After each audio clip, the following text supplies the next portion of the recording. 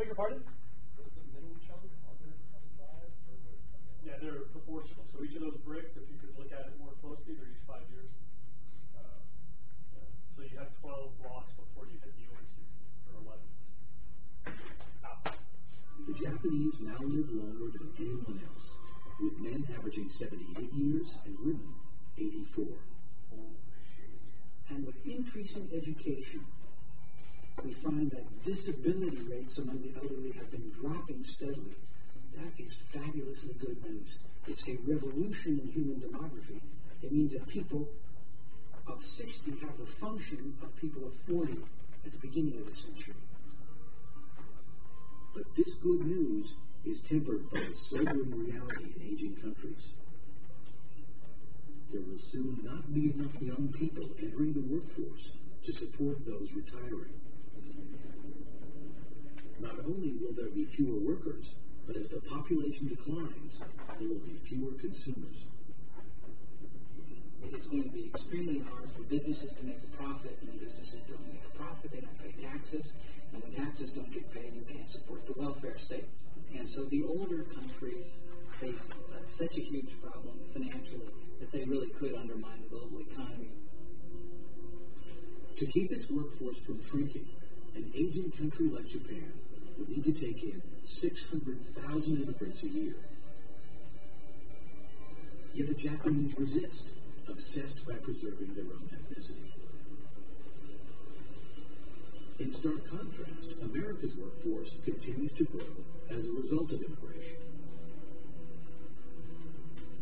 American fertility has been below replacement for about 35 years, but just barely below.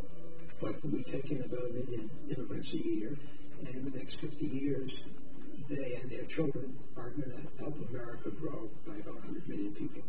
So we will be the only one of the modern countries that will be growing, and growing substantially. The United States is now the third most populous nation, and will remain so for the next 50 years, as our numbers climb from around 300 to 400 million people. Economically, this growth keeps us vibrant. Yet our productive economy also uses more resources than any other nation, and generates 1/4 of the greenhouse gases contributing to global warming. In fact, an American child will consume and pollute more over a lifetime than 30 children born in India. Although population growth is delaying aging in the U.S., our ranks of seniors will also increase as the baby boom generation, 1 in 4 Americans, retires.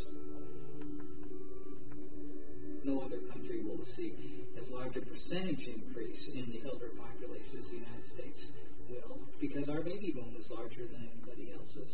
And yet we will continue to have lots and lots of young people to support them. Not enough to keep Social Security going, but certainly enough to make us younger compared to the other developed countries. Across the industrialized world, the average family size is now at or below 2 children. This stunning change has slowed population growth, yet it also signals the advent of global aging. Confronted by the prospect of shrinking populations, many countries now encourage couples to have more children. Ironically, they're finding that it may be easier to cut fertility than it is to raise it.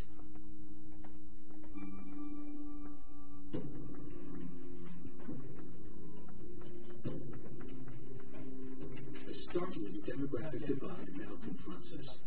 As older societies shrink in age,